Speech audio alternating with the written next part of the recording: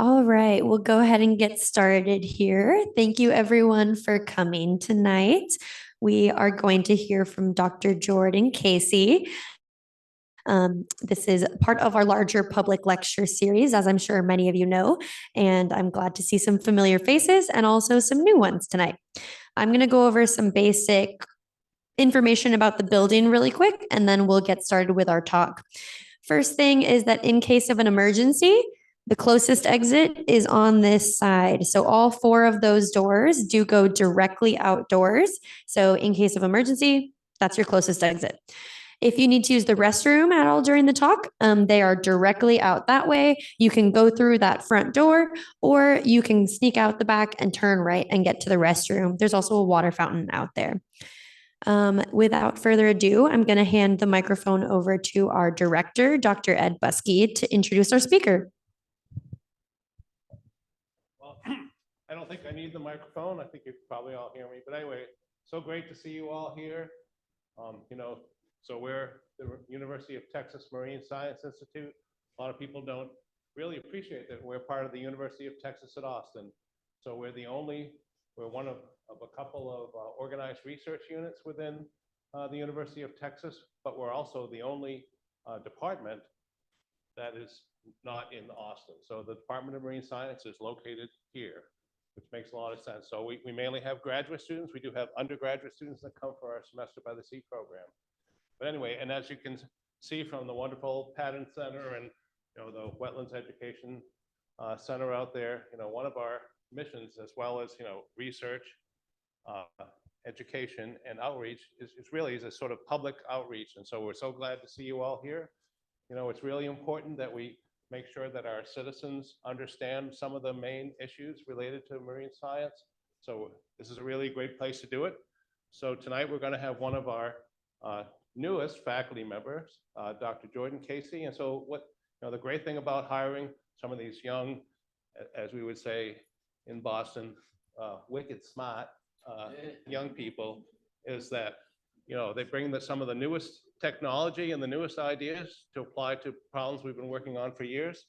So she's going to talk about mapping marine food webs from tropical coral reefs to the Texas Gulf Coast.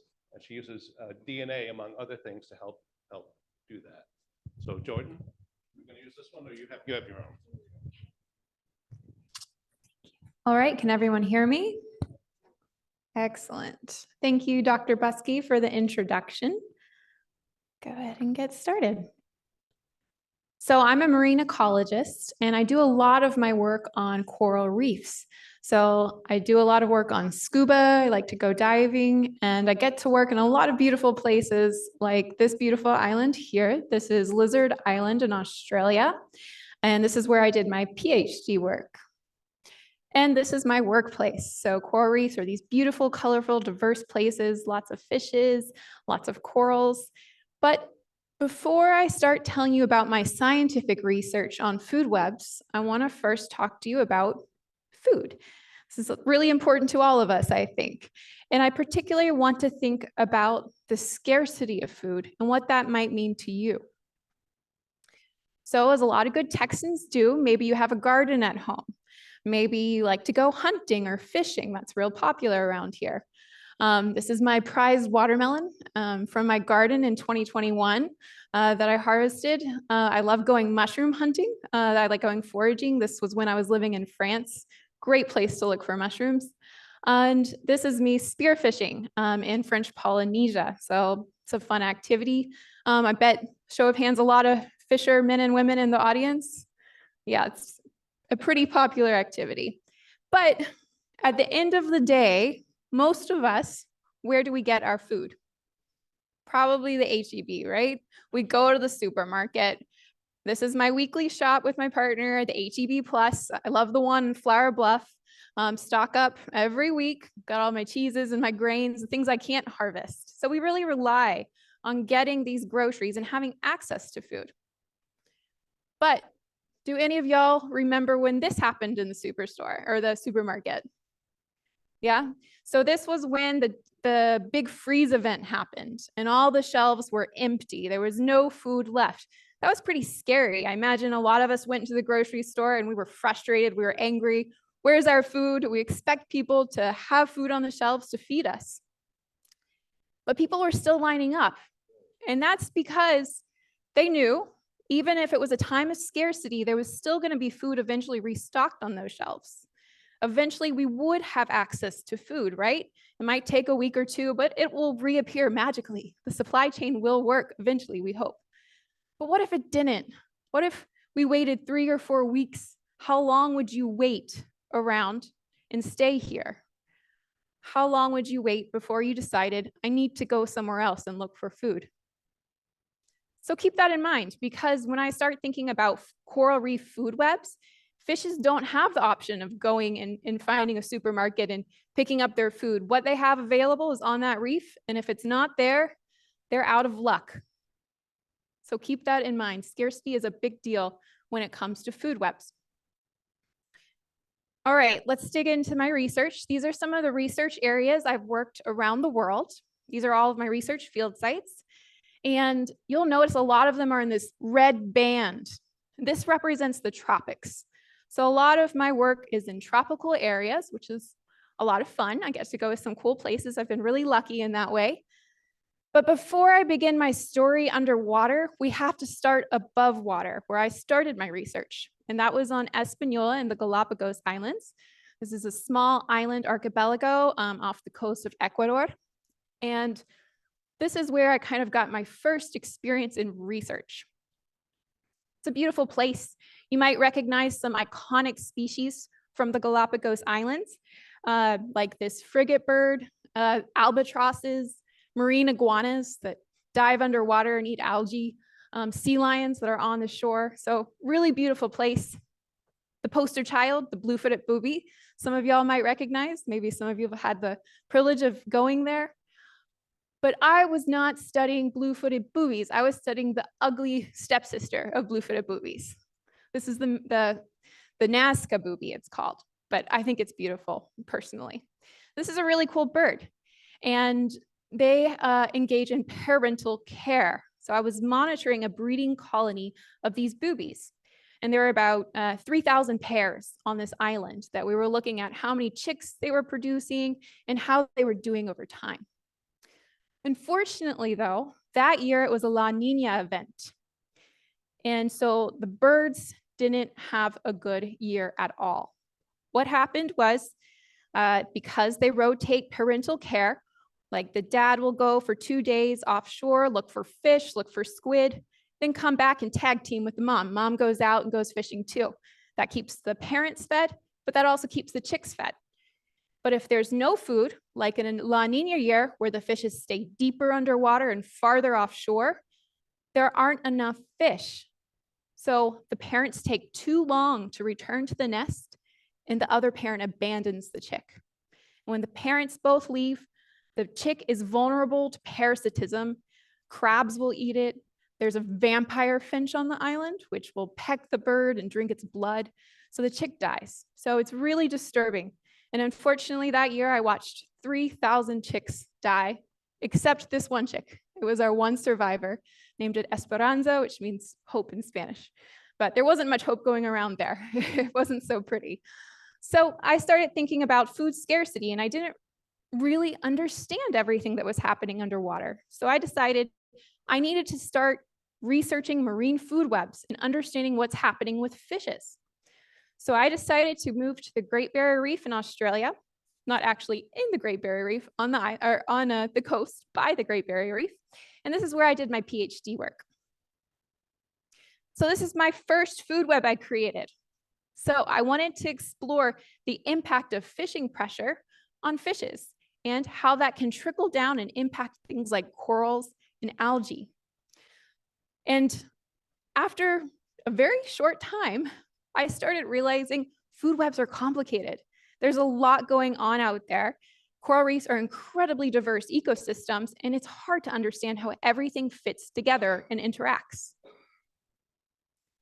In fact, coral reefs are home to an estimated 830,000 species worldwide.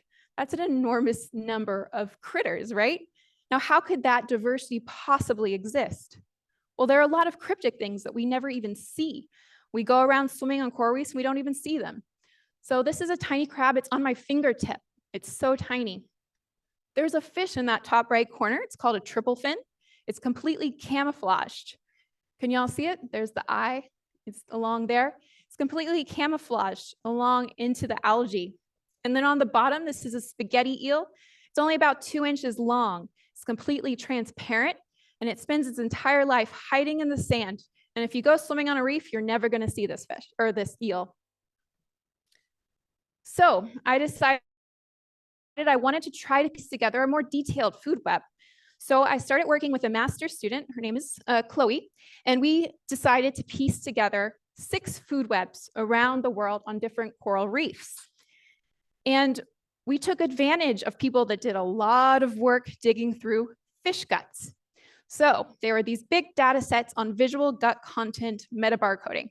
So what these researchers did is they would look through the stomach and the intestinal tract of fishes, and they would look under a microscope and try to identify everything these fishes ate.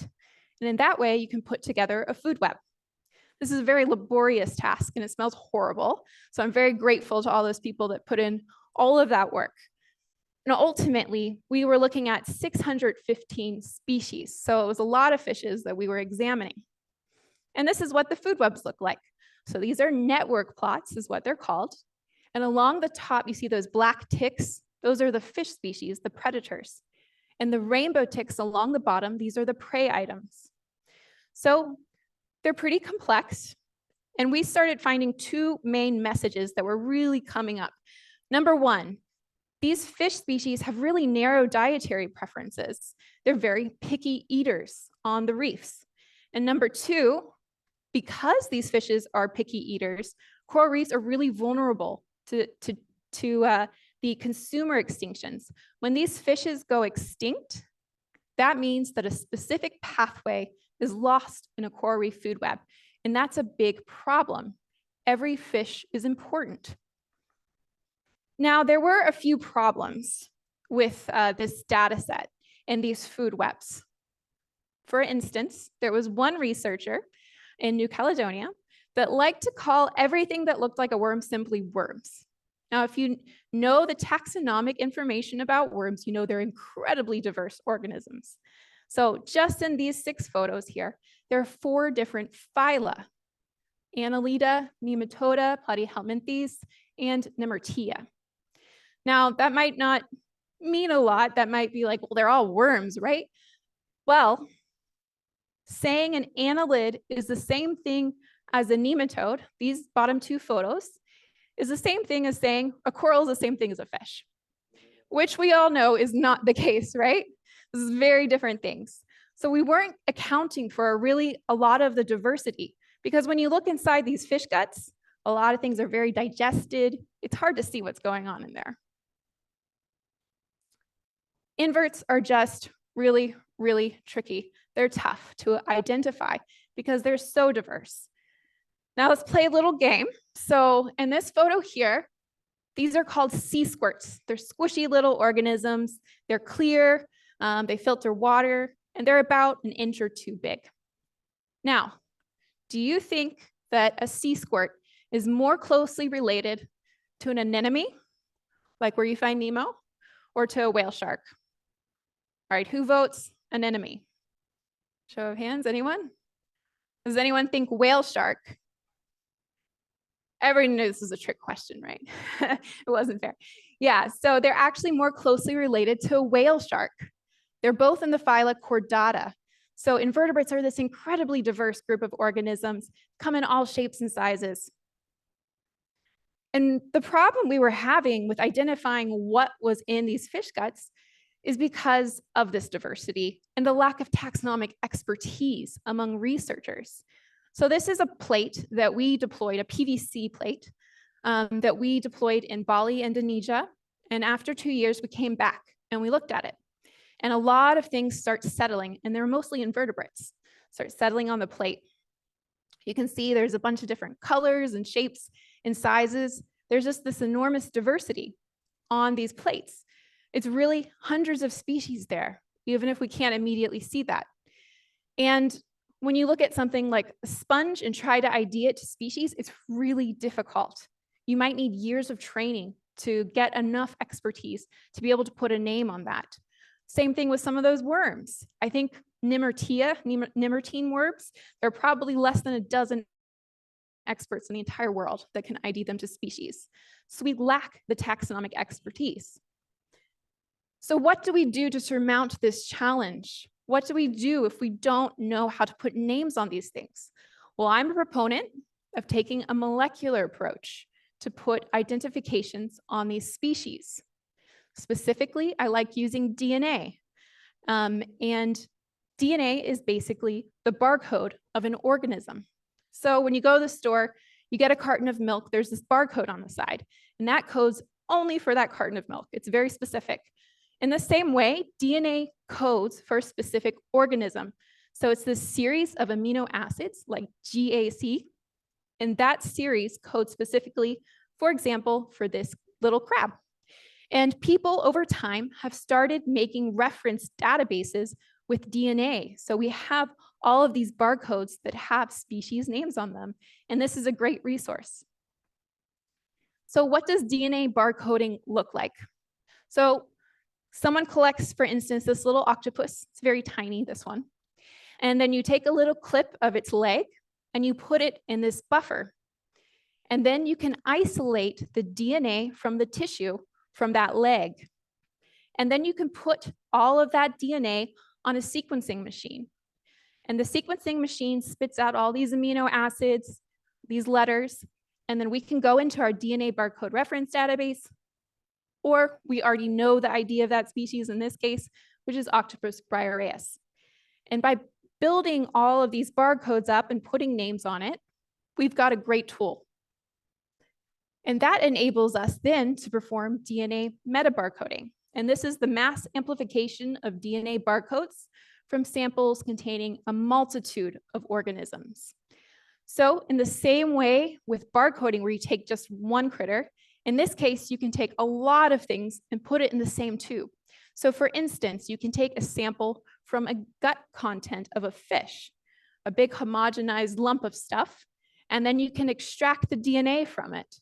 And then you, again, put that DNA on a sequencing machine.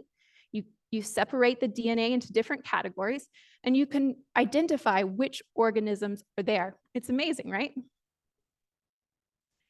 So I was learning about these tools that we can use with DNA. So I wanted to see, can I apply this to build a whole food web? And with these food webs that you can build that are really high resolution with DNA, can we tell whether these food webs are resilient under global change? So I'm going to take you now to Moorea in French Polynesia, another beautiful tropical island. And I first decided to start trying to build a food web with just 22 species. So I wanted to take a smaller subset of species to make sure it was working, to see if we could see what was going on. This is the first food web I built, and with DNA. And you can see there's a lot going on there. There's a lot of connections, but this is actually an extremely simplified food web, because in reality, I found 4,341 prey items inside of those 22 fish species. So it was a lot going on. And if you try to make a network plot with 4,000 connections, it's just going to look like a giant blob. So I had to simplify it. But what was really amazing is that we found that 75% of the prey items were specific to a particular fish individual. So these fishes were eating very specific things. They were very specialized. But 22 fish species does not capture a whole food web. Food webs are incredibly complex, especially on coral reefs, where there are hundreds of species of fishes. So I wanted to expand this. Could I build really an entire food web? So I went back out and I went and collected across 132 sampling sites around this island. And we were really trying to cover everywhere. We wanted to sample on the outer reef, which is really exposed to the open ocean, the pelagic environment, but we also were collecting on the back reef, the lagoon. And here is a completely different environment with a sandy bottom. Now, to collect the mobile fishes, the fishes that are big and swim around, we did spearfishing. which is a lot of fun. But we also collected cryptobenthic fishes. Now, cryptobenthic fishes are less than 2 centimeters long. They're really tiny. And the way you collect them is with an anesthetic called clove oil. Did anyone go to the dentist and remember clove oil being rubbed on your gums to numb you? So it was common back in the day. Well, we can also use it to collect fish because they're covered in mucus. And so it kind of stuns them, and then we can collect them around the reef. Now, cryptobenthic fishes, they're known to be a really important part of a food web. They're kind of like the M&Ms of the reef. They're a nice snack for bigger fishes. So really important part, but very few people are studying them, and almost no one knows what they're eating. So in addition to going out and doing the fun part, spearfishing and numbing little tiny fish, we also spent a lot of time in the lab. So after the day in the water, we'd come back to the lab and we would cut open the fishes. We'd take out the stomach and the gastrointestinal tract, and we'd see what it was eating, and I would scoop some into my little DNA extraction tube so we're ready to proceed. And not only was I doing DNA metabarcoding, which provides this really high resolution snapshot of what a fish eats, but I was also performing stable isotope analysis. Stable isotope analysis is a good way to get a broad picture of the dietary placement of a fish in a food web. So DNA metabarcoding is the snapshot approach, but higher resolution. Stable isotope analysis provides a more faithful long-term data on the dietary position of a fish. So all in all, we ended up collecting about 2,000 fishes across 271 species. So I was pretty pleased with how the collections turned out. It was a lot of effort and time in the water and the lab, and they were distributed across all different sizes. So there were the big fishes, also medium fishes, and then really small fishes. Now, the coolest thing, though, was that when we got back the metabarcoding data, we found 50,000 prey items that these fishes were eating. That's a lot of dietary diversity, right? So these are some of the things these fishes were eating. Lots of invertebrates. They were really dominant across the samples. Also some algae, sometimes little fishes as well. These fishes are hungry, and there is a buffet on a coral reef. Now, we have to briefly talk about niche partitioning in order to understand some of the results. So niche partitioning is kind of the dietary breadth of a single fish and how it separates from other fishes. So let's take, for example, the butterfly fish, which is this fish here. This fish eats mostly corals and invertebrates. So this is its dietary space, this polygon. This fish here is a grouper, and it mostly eats invertebrates, but it also eats little fish. So that means there's some niche overlap. There's dietary overlap, but they also occupy some separate space because one of them eats corals and the other one eats some fishes, and that's exclusive of the other. Now, in contrast, you have a parrotfish down here. And this fish mostly eats algae and detritus, which is the dead gunk on the bottom of the reef. So there's partitioning among these species and this species because there's no dietary overlap. So partitioning and overlap are really important concepts. Now, these are some of the results that I found from the whole study. So this shows the unique dietary niche space of all the fishes that I sequenced. So let's take, for example, the top, Mulidae. This is a fish family that contains all the goat fishes. And I was looking across 6 different species of goat fishes. And here you can see there's about 90% unique dietary niche space. That means that there's very little dietary overlap among these species. And the dotted line is the average across all the species. So overall, it was about 80% unique dietary space. So these are very specialized fishes. But what does that even mean? What does 80% mean? Is that significant? Does that matter? The way we can test that is by building a null model.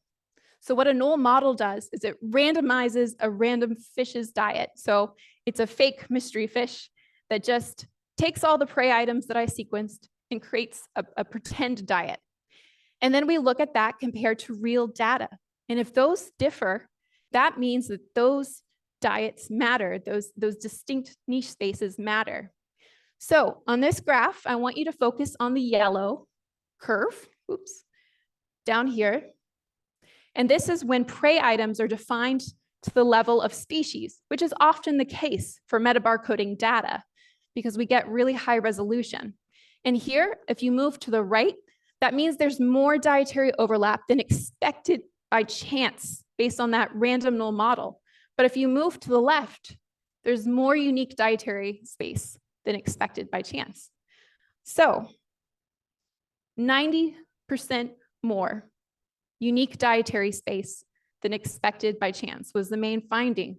So this means this is very significant. These fishes clearly are targeting and intentional in what they're eating, and they're extremely specialized. So fine scale dietary niche partitioning, this is the rule, not the exception. We're seeing this across all fishes for coral reef fishes. That means each fish is special. It has a very critical role. It has a critical energetic pathway that it provides within a marine food web. And that also means, unfortunately, that global change and disturbances can have severe impacts for a marine food web because a species loss represents a distinct energetic pathway in that web. And that's problematic because global change is here and it's already present, and we're seeing it more frequently on coral reefs. One of the events we're commonly seeing because of marine heat waves is coral bleaching, where the corals all turn white. So what actually happens during coral bleaching? So corals have these individual polyp animals, and they have two modes of feeding. So one mode is the animal captures plankton in the water column. The other mode of feeding is they have these little microalgae called zooxanthellae that live inside the coral polyp. And these algae are photosynthetic, so they can produce energy from the sun. So corals can feed in two ways. They feed themselves with plankton, and their microalgae share nutrients with them from the sun. But what happens during bleaching is the coral gets really stressed out because of a heating event, and it spits out its microalgae partner. And when that happens, the coral turns white. So on the left, this is a happy coral with its microalgae. And on the right, this is a coral that spit out its algae partner, and now it's white. This is not good. This is what happens during the course of a bleaching event. So on the left, you have a healthy coral reef. Oops, not yet. You have a healthy coral reef, and these are all Poeciloptera corals. They're this pretty rosy pink color. Then during a heat wave, all the corals turn white. And you can see the brown on the tips, that's algae that started to grow on the coral. And then over time, maybe 6 months later, the coral reef is completely covered with algae and dead. The coral animal cannot come back from this. So what does that mean for the coral reef community? What happens to the fishes? What happens to the other species that rely on those corals? Well, we looked at a coral bleaching event over time.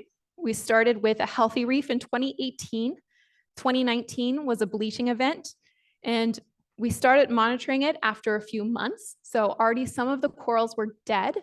36% of the corals were dead, and 30% of the corals were freshly bleached. So this reef was struggling at this point, with over 60% not in a good state.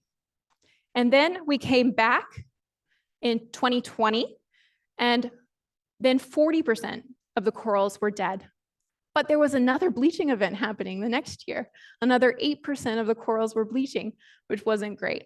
Now let's look at the fishes. So we monitored 2 species of butterfly fishes, and these 2 species are obligate corallivores. And what that means is they only feed on corals. If there's no corals, there's no food. So in 2019, during the bleaching event, these are the numbers of fishes that were present. And then afterwards, it was reduced by half. So 50% of the population just disappeared after just 1 year after a bleaching event. This is a massive population reduction. The coral reef, or the butterfly fishes, basically showed up and there was no food and half of them died. Not a happy ending. And this is problematic because heat waves are increasingly happening around the globe. This is an example in 2023 of a bleaching or a heat wave that y'all may be aware of. It was very hot here this summer that spread across the Caribbean and the Gulf of Mexico. Now, this is data from NOAA. It's a bleaching alert. And if you turn red, that's bad. That means bleaching is almost certainly going to happen. And this is from last summer, like I said. And you can see almost everything was a very high level alert for coral bleaching. And indeed, just in my lab alone, we had people observe coral bleaching in Florida, in Panama, and in Belize. So there's bleaching happening in many locations. Now, coral bleaching is problematic, not just because it's a singular event that kills a lot of things, but because it's spread, how it spreads across space and time. So in terms of space, these coral bleaching events are now happening across the entire globe. So this is a map of the coral bleaching event that happened in 2016. All the red dots indicate a severe bleaching. The yellow or orangey dots, those represent a moderate bleaching. So everywhere, the Pacific Ocean, the Indian Ocean, the Atlantic Ocean, everywhere, bleaching was occurring and it was severe. The other problem is time. These corals are now experiencing coral bleaching at increasing frequency. If a coral is given a chance, at least 10 years, it can recover. The coral reef can come back to life. But if the bleaching event happens again the next year or 2 years or 3 years, that's not enough time. The corals do not have enough time to recover between these bleaching events. And this is going to make it so that these coral reefs are gone. They could very well disappear within the next 2 decades, I think. So, coral bleaching and human impacts on coral reefs are really important. And it's really important that we monitor fish diets and fish populations over time. And so a lot of students in my lab are tackling these issues and studying this. They're looking at different fishes and how humans can impact how they're doing over time. Okay, so we talked a lot about coral reefs, but what's happening in Texas and how do we monitor that? So I'm going to tell you a little bit about my research in Texas and some new projects we're starting here and how I'm applying the tools I've learned from coral reef systems and applying them to the Texas Gulf Coast. So one thing we're doing a lot of is using environmental DNA. Now, if you go to a coral reef, the water is really clear and beautiful, and you can go underwater, you can count things and see them very clearly. But in Texas, sometimes you get a beautiful, clear day, but oftentimes it's a bit murky, a little bit muddy in the water. And that makes it really hard to count what's there and see what's there. So what you can do is you take a water sample, and from that water sample, you can take the DNA out of it. Because just like we shed skin, fishes are constantly shedding mucus and DNA into the water, and we can get that data, and we can filter water, retrieve all the DNA, and then we can look using sequencing technology and identify different communities that exist in those water areas. So we can characterize phytoplankton communities, invertebrate communities, bacteria, fishes, whatever we want to look at just from a water sample, which is really cool. So after you filter water, let's say we just filtered 2 liters of water, this is what you're left with, which might look like a bunch of scunch, but to me, I see data. There is DNA here, and from that little filter, we can recover entire communities and get a lot of information. So this is a video by Christina Marconi. She's a PhD student in my lab, and she's filtering water on a boat. This is our little backpack we use. Filters the water straight from the ocean. She's going to drive back to the mothership, and then she's going to process her sample. Slowly, she'll make it to the lab. This is actually in Florida, not in Texas, this video, but it's the same process that we use. So here she is taking apart the filter capsule, and then she takes out the filter and she puts it in a preservation buffer. And then she brings that filter back to my lab here at MSI. It's a little bit more sterile, and it's important to be sterile when you're working with DNA so you don't contaminate it. And there we will extract the DNA and figure out what species are there. So environmental DNA has become extremely popular over time. So I have another PhD student in my lab that recently wrote a review paper on environmental DNA and specifically looking at the different methods people use and the number of publications over time in aquatic community ecology. And as you can see, it's real popular. So if you look at 2015 onwards, there's this huge spike in the number of publications, the number of scientists publishing their research on environmental DNA. So it's very popular, and that's because it's useful. We can use it anywhere. Just go out and take a water sample. You can characterize the whole community. So it's a great tool. Now, we wanted to start using this environmental DNA to understand food webs in Texas. And we decided one of the most important parts of food webs here is plankton. That's the base of the food web, or of a lot of food webs. So plankton is like phytoplankton, which is little tiny algae in the water column, and zooplankton, which are tiny little animals and larvae in the water column. And they're important because they're eaten by fishes, and eventually fishes like your red drum, your flounder, they don't survive unless there's plankton. Everyone needs that to build through the food web. So I've started a collaboration with a professor called Professor Mevin Hooten, and he's in the data science department at UT Austin, and also working with Alex Barth. He's an incoming postdoc. He's a plankton ecologist. And we're going to all work together to try to build plankton-based food webs to understand what's going to happen to the future of our estuaries. Now, the Texas coastal bend is a particularly great area to study this. And that's because there's a lot of natural environmental variations that take place here. For instance, these show the different environmental variables like salinity, dissolved oxygen, and temperature, and they really vary over time. So sometimes we get these freshwater inflow events, and the salinity changes drastically. That's why there are different spikes over time. Also, the temperature can be really extreme. It gets really cold in the winter, and it gets really hot in the summer. And that really impacts the structure of food webs. So it's important to understand what's going on so we can understand how these disturbances might change in the future. So what are we going to do? We're going to collect water because there's lots of DNA in there, and we're going to characterize the plankton communities and the fish communities so we get a baseline understanding of everything that exists. We're also going to collect plankton samples so we can understand the relative abundances of different groups of plankton, like phytoplankton and zooplankton. And then we're going to do gut content metabarcoding of the zooplankton and see what they're eating, which phytoplankton they like to eat. And then we're going to collect planktivorous fishes like the inland silverside and the bay anchovy that like to eat the plankton. And we're going to perform gut content metabarcoding on their stomachs so we can see what they're eating.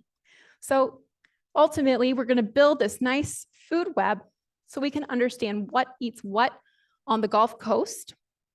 And ultimately, we can make assumptions about what's happening in the future of some of these popular game fish species, like our red drum and our southern flounder. And thanks to the Texas Park and Wildlife Service, who's providing long-term data on the fishes, we can make models to understand if a big disturbance event comes in, what's going to happen to the fish populations? Are these fishes going to show up and there's no plankton left in their supermarket? Ask me next year. We might know the answer.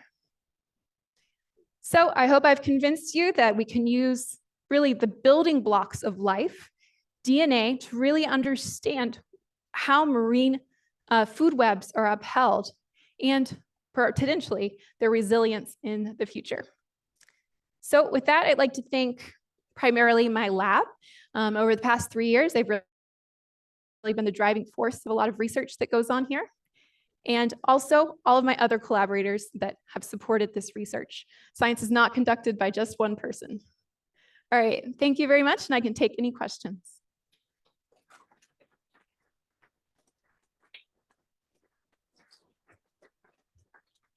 If you have a question, just go ahead and raise your hand and I'll bring the microphone around so we can all hear the question that you have.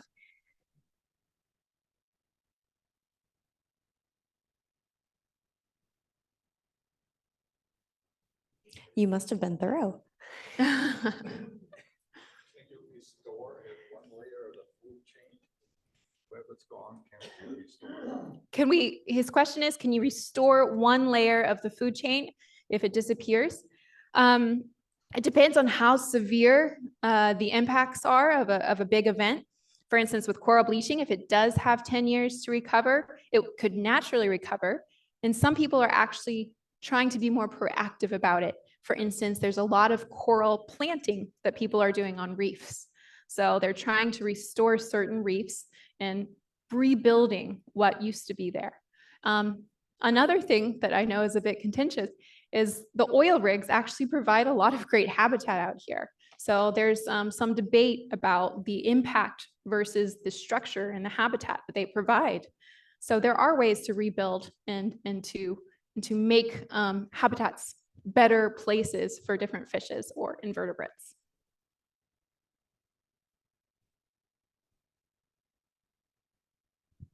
Any other questions?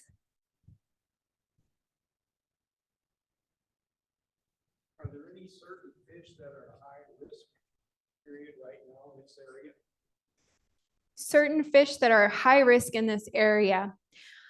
Well, generally, the fishes that are highest in the food chain are at the highest risk. The biggest consumer species are the most vulnerable. And that's because they rely on everything else to be working for them to survive. So if something's broken down below, you're not going to get your food vectored up to you. So your big things like your red drum, they're going to be much higher risk than the little planktivorous guys.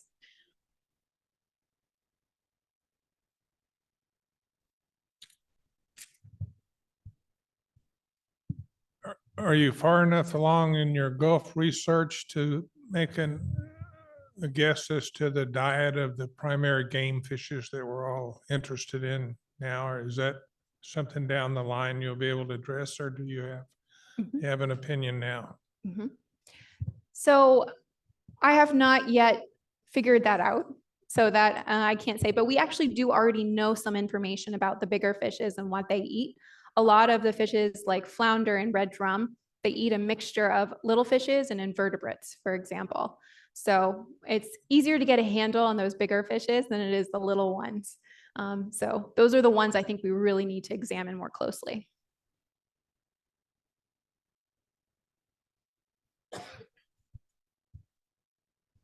Today in the news, I heard that the Biden administration imposed a moratorium on shipping in areas of liquefied natural gas.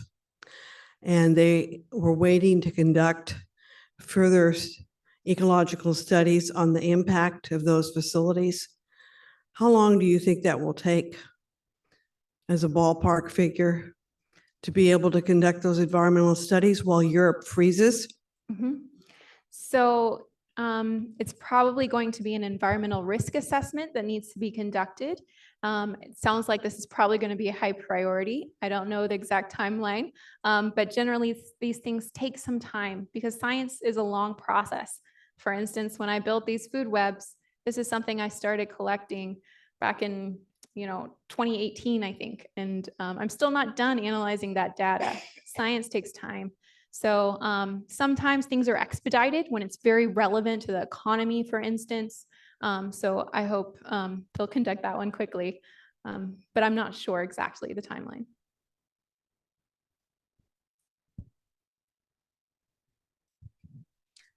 I noticed that a number of those up there are international companies or groups. My question is, do you have a lot of collaboration? I was in medicine, and not only, Big Pharma doesn't always want to share with the other guy. And so I'm wondering how much collaborative effort you have amongst others. I've been pretty lucky because I've conducted research in a lot of places, and I've worked and lived. For instance, my last job was in France. So a lot of these funding agencies were in France because I was effectively working as a French researcher. So I do have a lot of international collaborations. Also from my time living in Australia, I keep a lot of those connections. And I think that's really important to keep an international community in science because there's good research happening all over the world. So we all need to connect and understand what everyone else is doing. Better research, I think, is more collaborative and more people involved across cities in the United States as well as countries around the world.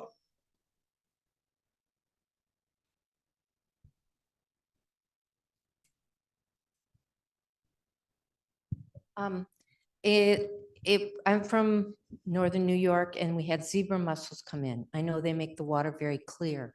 I was wondering if the clarity of the water versus murky water has more of an effect in this coral bleaching.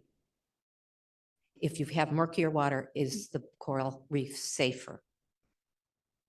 That's a great question. So it could go two ways on this. On the one hand, sedimentation, so having murky water can cause more stress on corals because they also rely on the sun to produce energy, those microalgae.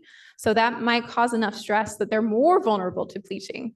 On the other hand, there's this hypothesis that people are trying in Australia, putting tarps over patches of reef to see if that prevents coral bleaching events because it decreases the irradiance from the sun.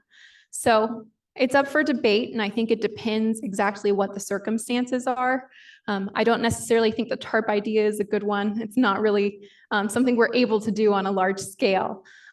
So I do think overall sedimentation is generally a bad thing for corals specifically.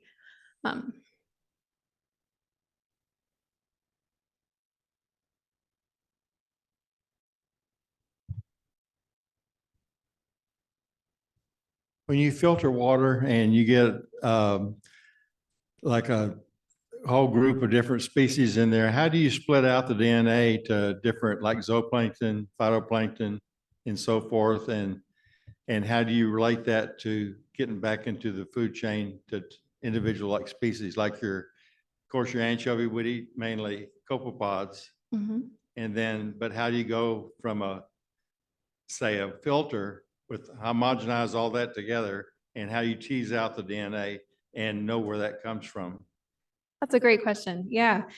So once you extract the DNA and you sequence it, you end up with a lot of interesting files with a lot of letters of G, A, T, and C.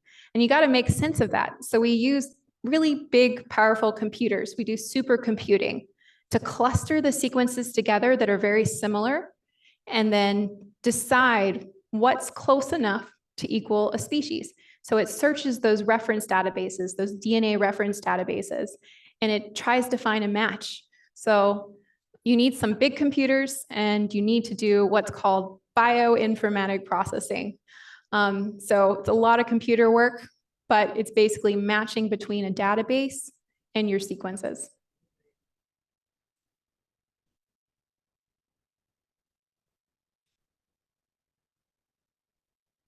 Any last questions? Does AI play a role in that? It definitely could. Most of it is different computer programs that people have written, but I could definitely envision that AI could play a role in the future. I think that's where we're going.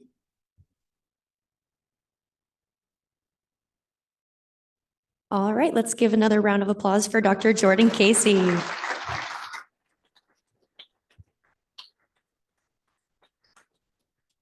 I just want to remind everyone that we will have another public lecture next week. Next week, we have Dr. Mark Lever, who will be coming and speaking about seaweed farming. So if anyone is interested in seaweed farming and wants to come see his talk, he's another professor here at the UT Marine Science Institute. So we'll be happy to hear him next week.